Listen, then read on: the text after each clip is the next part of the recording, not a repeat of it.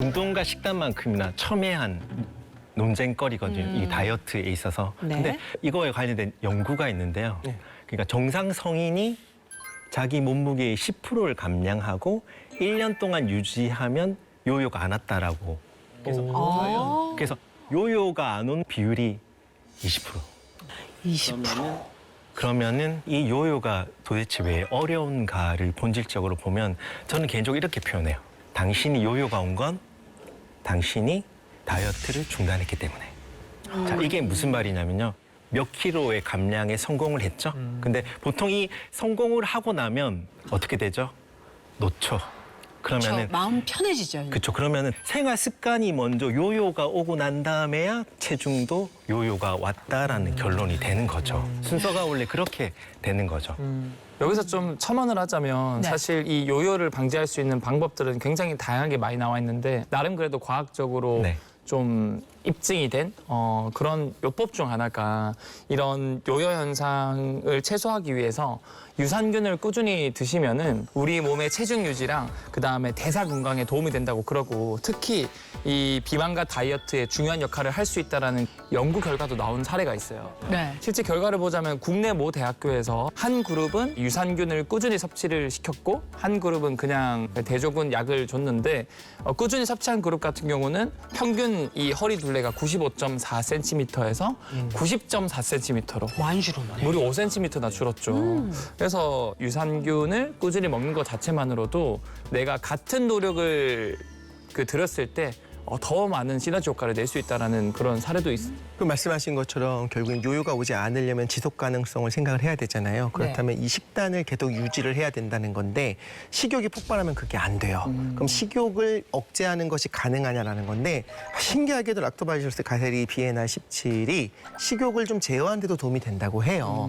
그러니까 당연히 요요가 오지 않도록 적은 양을 계속 유지하는 데 있어서 좀 도움이 될 수 있는 부분이 있다는 거죠. 뿐만 아니라 가짜 배고픔이라고 하잖아요. 맞아. 아, 맞죠. 근데 이 가짜 배고픔인지 아닌지 판단할 수 있는 근거는 내가 뭔가 먹고 싶을 때 너 그러면 브로콜리라도 먹을래? 그거라도 먹겠다 하면 진짜 배고픔이고요. 난 배고픈 적이 없나? 그런 거구나. 근데 우리가 사실 이렇게 가짜 배고픔을 느끼게 된 이유가 우리 몸에서는 뭔가를 채웠을 때 위가 어느 정도 차고 내벽에 음식이 닿았을 때 신호를 줘서 뇌에서 아 이제 배부르다라고 포만감을 느끼게 해주는 호르몬이 20분 정도 뒤에 나와요. 그 호르몬이 렙틴이고요. 그런데 비만 환자들 같은 경우는 대개는 식단이 잘못되거나 빠르게 먹어서 이 렙틴에 대한 저항성이 생겨서 렙틴이 나와도 제대로 포만감을 못 느끼거나 또는 렙틴이 제대로 분비 안 되는 경우도 있고요. 그런데 락토바실러스 가세리 비엔알 17은 이런 렙틴에 대한 저항성도 어느 정도 민감도를 높여줘서 포만감을 들 수 있게 도와주는 그런 사례도 있다고 합니다. 그래서 저는 맛있는 거 먹을 때 렙틴 나오기 전에 빨리 먹어요. 더 많이 먹으려고? 맛이 많이 먹으려고. 천천히 먹으면 많이 못 먹어요. 오늘 나오시는 분은 어떤 분일까요? 네, 몸과 마음이 모두 건강한 다이어트로 무려 35kg의 감량에 성공한 분이 있다고 합니다. 진짜 대단하다. 나와주세요. 빨리 보고 싶습니다. 어서 오세요. 네, 반갑습니다. 반갑습니다. 네, 안녕하세요. 저는 35kg 감량에 성공해 다이어트로 인생 역전한 김슬기입니다. 야 멋지다. 어떻게 그 35kg을 진짜. 네, 아마 저를 보신 분들도 있으실 것 같은데 저를 옥순으로 더 많이 알고 계실 것 같아요. 알아요. 아니 방송에서 봤을 때도 그렇고 지금 모습도 보면 아예 상상 자체가 좀 안 가는 것 같아요. 그렇죠. 상상이 안 갔네. 어떤 모습이셨길래 사진이 준비돼 있을까요? 네.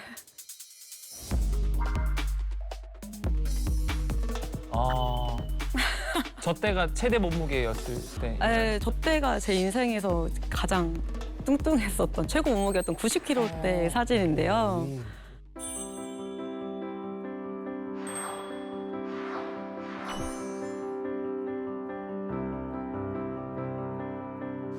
사실 저는 제 인생에서 날씬했던 기간보다 뚱뚱했던 기간이 훨씬 긴데요. 제가 초등학교 1학년 입학할 때 당시 몸무게가 거의 30kg에 육박할 정도였어요. 그리고 어렸을 때부터 밥을 너무 좋아해서 하루 삼시세끼는 당연히 먹고요. 부모님이 맞벌이로 집을 비우실 때가 많으니까 몰래 밥을 먹어요. 그리고 치워놓고 안 먹은 척. 부모님이 이제 오시면 안 먹은 척하고 같이 또 저녁을 먹을 정도로 밥을 너무 좋아했어요. 그리고 밤에 이제 일부러 가족들 다 잘 때 몰래 나가서 김치찌개 고기 건져 먹고 다시 몰래 잠들고도 했거든요. 맛있어. 너무 맛있어요. 네, 그리고 그 당시에 또 저희 아버지도 되게 식사를 좋아하세요. 밥을 좋아하셔서 하루에 5끼 드실 때도 있었고요. 그리고 저희 동생도 저와 체격이 비슷해서 그냥 이 정도면 뭐 괜찮지 않나? 다른 집은 안 그런가? 잘 몰랐었던 것 같아요. 근데 이제 중학교 올라가고 고등학교 올라가면 교복을 맞추잖아요. 근데 교복집을 가면서 이제 저의 현실에 대해서 알게 됐어요. 교복이 맞는 게 없었거든요.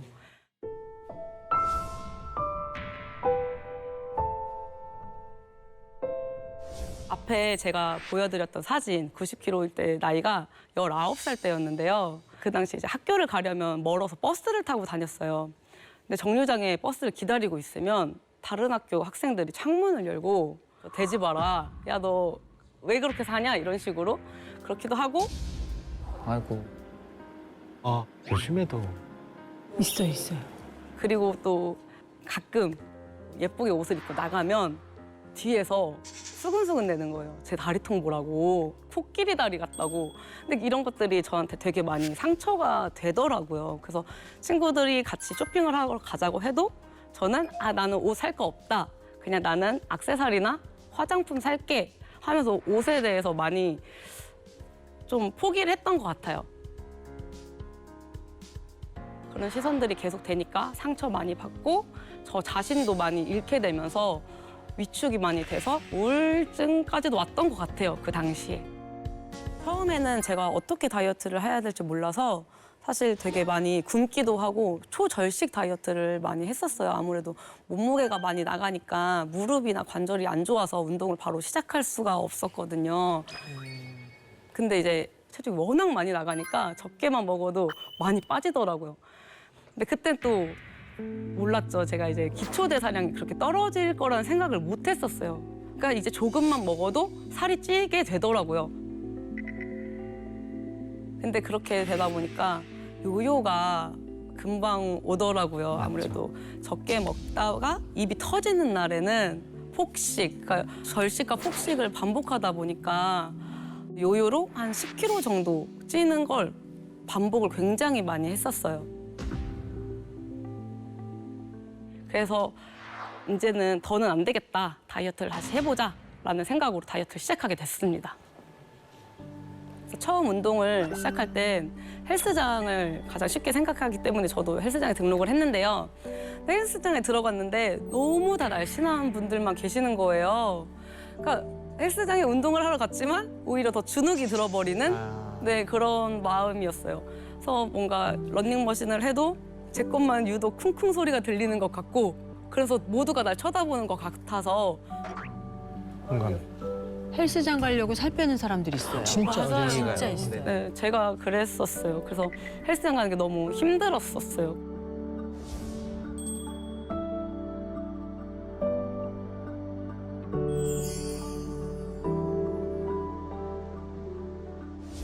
다이어트를 하고 운동도 하고 재미가 붙더라고요. 아무래도 살이 빠지고 거울을 보는 모습이 좋아지잖아요. 그래서 정말 안 해본 운동이 없을 정도로 많이 했는데 뭐 복싱 그리고 뭐 요가도 해보고 헬스 당연히 했고요. 수영 그리고 필라테스, 에어로빅 그리고 점핑 다이어트 이렇게 되게 많은 운동들을 했었는데요. 제가 굉장히 지루함을 많이 느끼는 편이에요. 좀 금방 질리기도 하고.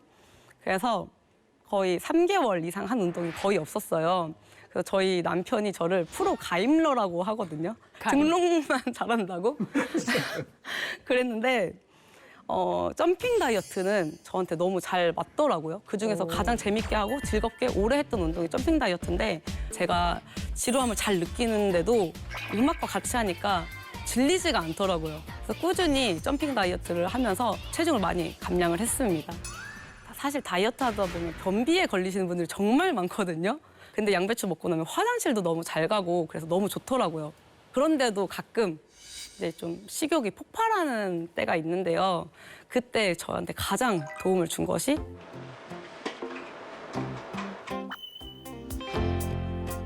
유산균 비엔나 17을 같이 먹는 거예요. 유산균 드시는구나. 유산균. 지금 딱 이 식단 자체가 구성도 너무 좋아요. 예를 들어서 우리 몸의 장이 지금 사막 상태예요. 그럼 사막에 물고기 부어봤자 다 숨 못 쉬어서 죽거든요. 그럼 바다의 환경을 만들어줘야 물고기들이 붙는 족족 불어나겠죠. 네. 그 바다 역할하는 게 식이섬유인데 이 유산균이 좋아하는 식이섬유 양배추 먼저 먹고 그다음에 유산균 먹어주고 유산균이 잘 정착할 수 있겠죠. 그러네요. 그리고 이 식이섬유가 풍부한 음식을 먹으면 이 장 안에 이 착한 미생물들, 유익균이라고 볼 수 있겠죠. 이런 착한 미생물이 많아져서 이 장내 세균 정상화에 도움이 됩니다. 바꿔 말하면 유해균이 좀 줄어들고 유익균들이 늘어나는 효과를 볼 수 있겠죠. 이렇게 장내 미생물 균형이 맞춰지면 이 염증을 만드는 유해균들이 사라져서 체내 염증을 결과적으로 줄이고 또 이런 유익균들이 많아짐으로써 체중 유지와 대사 관리, 다이어트에 큰 도움이 될 수 있는 그런 방법이라고 볼 수 있을 것 같아요. 그래서 덕분에 지금까지는 이제는 요요 없이 몸매 유지하고 있고요. 저의 자신감도 되찾고 저를 더 사랑할 수 있게 됐습니다. 감사합니다. 어떻게 35kg을 빼셨는지 진짜 대단하시다. 근데 진짜 많이 노력했거든요. 진짜로요. 어떻게 보셨어요? 대단하다. 인간승리다. 그런데 진짜 대단한 점 중에 하나는 보통은 소아비만이었던 경우에는 비만 세포의 양이 늘어나기 때문에 더 빼기 어렵다고 하거든요. 성인이 되고 나면 지방 세포 수가 크게 잘 늘어나지 않아요. 그래서 먹게 되면 하나하나의 지방 세포가 그냥 뚱뚱해져요. 네. 그럼 개수는 그대로인데 소화 단계에서는 근육도 마찬가지고 뇌세포도 마찬가지고 지방 세포도 막 늘어나거든요. 그럼 어렸을 때 만약에 개수가 늘어났다고 하면 성인이 돼서 살을 뺀다는 건 어떤 거냐면 하나하나의 지방 세포 입장에서는 배고픈 거예요. 그래 참는 거예요, 계속.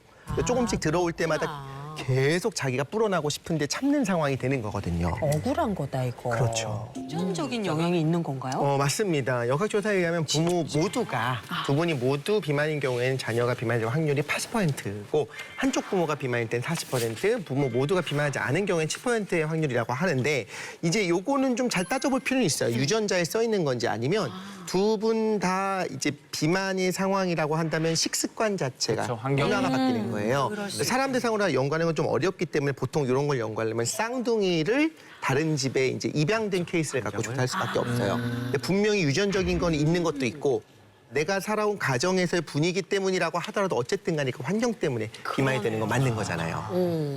아니, 어쩐지 저희가 사실 저희 아들도 조금 어느 순간부터 자꾸 통통해지더라고요. 걱정되세요? 네, 걱정돼요. 너무 걱정이 돼요. 왜냐면 저도 어린 시절에 비만이었을 때 되게 많이 상처를 받았었기 때문에 혹시나 아이한테도 그런 상처가 올까 봐 많이 걱정이 되더라고요.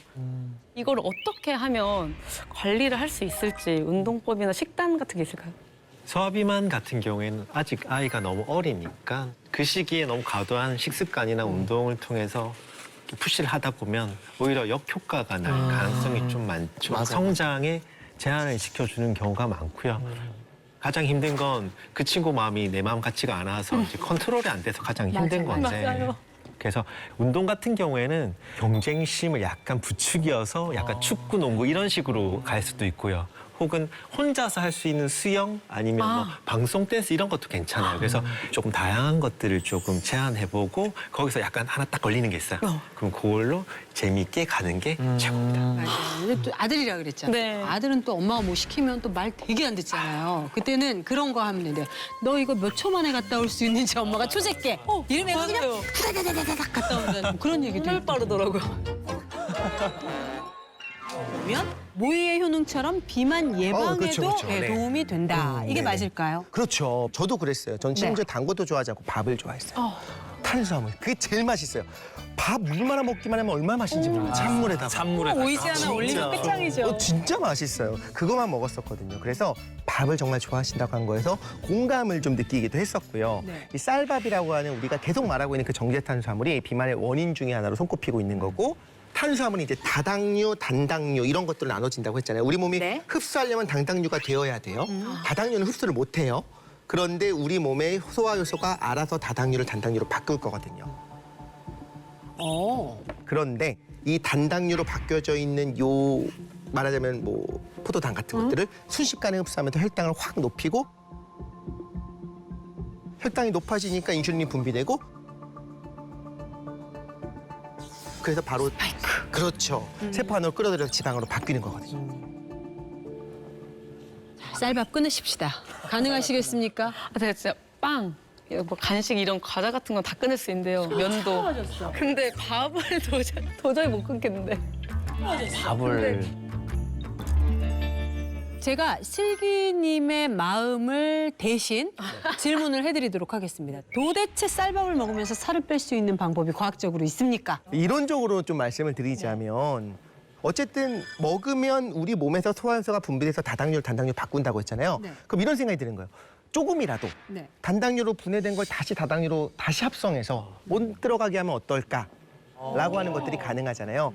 그런데 저희가 이야기하고 있는 BNR17 이 유산균이 단당류를 다시 다당류로 합성해서 소화 흡수율을 좀 떨어뜨린다고 해요. 그래서 단백질은 소화 흡수율이 높아지고 탄수화물의 경우는 소화 흡수율이 좀 낮아지는 경향이 있으니까 같이 먹게 되면 그래도 밥풀 몇 개 덜 먹는 정도 효과는 분명히 나올 수 있다. 그래도 밥풀 몇 개가 어딥니까? 그렇게 쌓이는 거예요. 평생 20년, 30년, 50년 쌓이는 거죠. 당연하죠.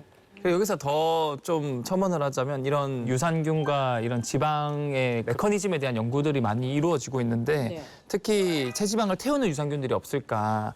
근데 여러 유산균인데 그중 또 하나가 락토바실러스 가세리 17, 즉 BNR17을 꾸준히 섭취한 사람들이 내장 비만이 감소하고 또 체중이 줄어들었다라는 연구 결과도 있고요. 결과적으로 이런 락토바실러스 가세리 17, 그러니까 BNR17이 체지방 비율을 좀 좋은 쪽으로 유지하는데 큰 도움을 줄 수 있다라고 정리할 수 있을 것 같아요. 좋네요, 그러면. 요 BNR17 같은 것들을 섭취하면서 뭔가 우리가 주의하거나 요거는 꼭 한번 생각해봐야겠다라고 하는 주의점이 있을까요? 네, 기본적으로 유산균들은 건강에 좋은데 다 기능성이 조금 다를 때가 있어요. 그래서 식약처에서 인증받은 그런 제품인지 따져보고 선택하는 것이 좀 좋을 것 같고요. 다이어트 유산균 BNR17은 미생물이기 때문에 온도가 너무 높아지게 되면 사멸됩니다. 그렇기 때문에 굳이 뭐 차라든가 이런 거랑 같이 드시지 마시고 그냥 요거트 같은 데 같이 섞어 먹거나 그냥 물이랑 같이 먹는 게 더 좋을 것 같고요. 미생물이에요. 그러니까 균을 먹는 거예요. 과량을 그렇죠. 먹게 되면 말씀하신 것처럼 좀 문제가 생길 수도 있고 이 세균총이 바뀌는 과정에서도 좀 살짝 복통도 있을 수 있고 설사도 할 수 있거든요. 근데 이게 정상으로 바뀌는 과정이니까 주룩주룩이 아니면 그러면 일단 조금 드셔보시는 것도 괜찮고요. 양을 너무 많이 하지 않게 하루에 425에서 900mg 정도로 드시면서 천천히 적응해 나가는 것이 가장 좋을 것 같습니다.